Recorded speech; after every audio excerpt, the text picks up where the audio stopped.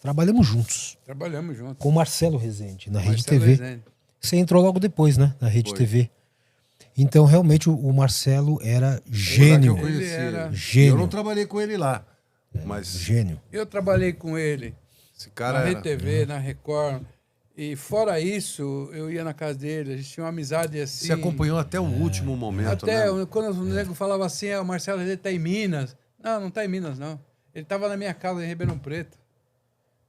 O tratamento dele foi feito dentro da minha casa em Ribeirão Preto.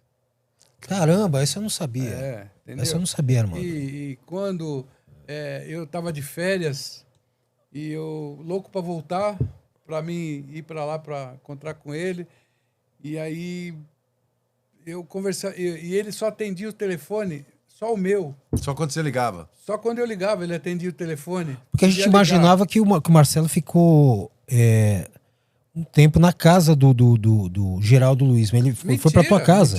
Mentira. Olha, foram 4, 5 meses. Mentira. Ele estava na minha casa. Eu provo para vocês. Caramba. Entendeu? Ele ficou lá na minha casa, a pessoa lá tratava dele, fazia tratamento dentro da minha casa, entendeu? E quando eu falava com ele no telefone, eu cobrava muito ele. Eu cobrava assim, direto. Eu falava para ele, pô, você é um cara inteligente. Como é que você tá entrando nessa, meu? Vambora. Mas por quê? Porque era o tratamento alternativo. Ah, não ele já tinha abandonado já o tratamento tinha abandonado. convencional? Assim, ó, quando ele descobriu... Você sabe como que ele descobriu isso aí? Esse Com a câncer? perda do paladar do vinho. Isso Então, foi o que eu como assisti ele também. descobriu? É. A filha, as duas filhas dele no restaurante. E no restaurante estava fazendo o teste. Você tirava lá, furava o dedo e fazia... o diabetes. Isso. E aí, glicemia, ele jantando, né? De glicemia. a filha dele falou, pai, vamos fazer? Ele falou, isso aí é besteira, isso aí não. A filha dele foi lá e fez. Tava legal. A outra foi e fez. Ele falou, eu vou lá fazer só porque vocês estão fazendo. E ele foi lá fazer. E o cara falou para ele assim, olha, eu aconselho o senhor a procurar um especialista, um médico, porque não deu um resultado muito legal. Tá bom? Ele, beleza. Isso foi em fevereiro. Passa fevereiro, março, abril, maio, junho, julho, agosto, setembro, outubro. 9 meses.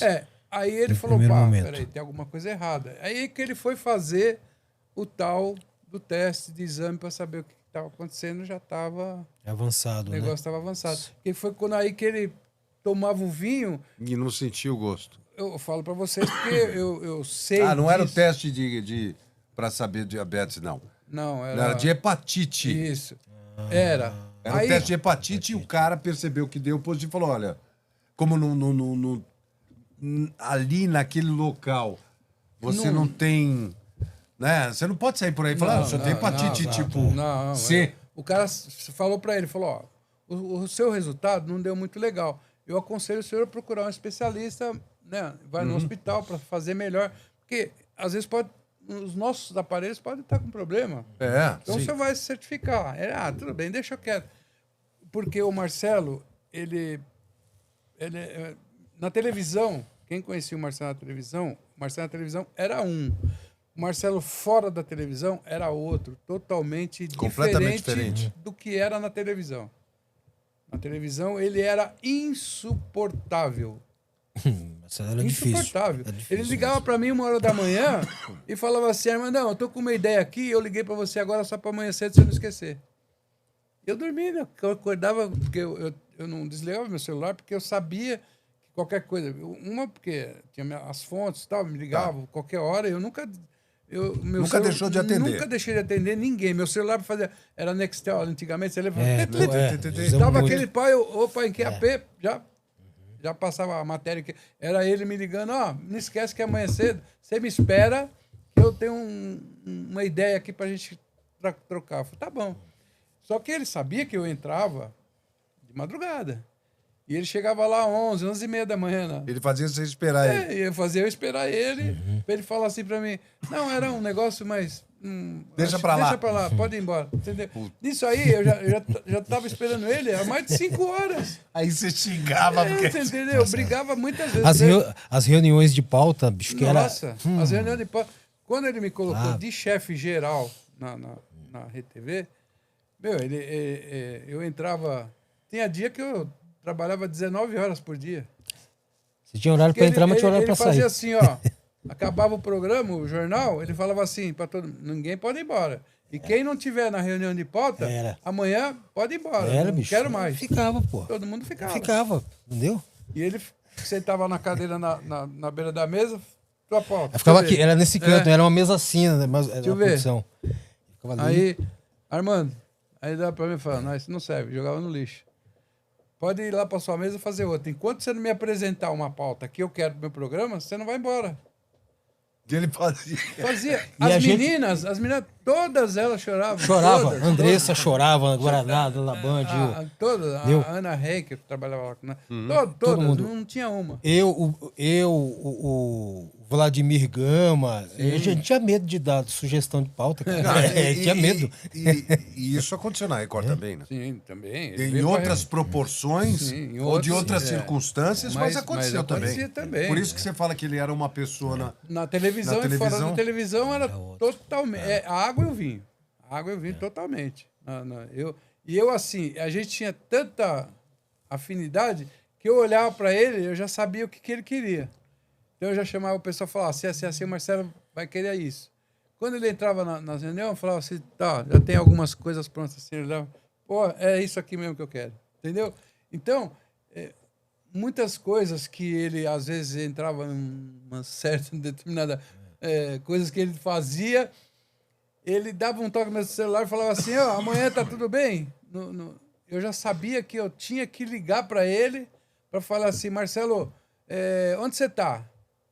Porque morreu um delegado, a gente precisa ir lá no velório. Pra tirar do lugar que ele... tirar de onde ele estava, que ele estava me dando um alô para mim ligar para ele, porque ele estava numa situação que ele não queria estar, mas ele não tinha uma saída. Então eu ligava para ele e eu falava para ele, onde você tá? Que a gente precisa ir num velório, ligar para mim agora que morreu um delegado, e estão solicitando a gente. Que era deixa para poder ele sair. Era deixa dele falar assim, ó, tenho que ir embora, porque... Aí você cobrava ele nessa época que ele estava...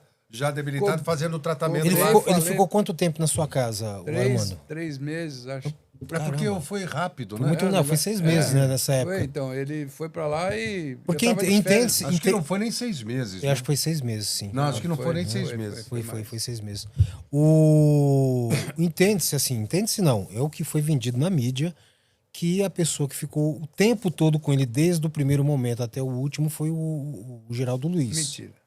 Então, na verdade, não é que foi vendido. O que não, se fazia. A mídia vendeu por isso. Favor. Isso. O que acontece? Não foi, não ficou. Tem até uma passagem aqui, inclusive, que ele estava se aproveitando disso. O Marcelo até proibiu ele de entrar na casa dele.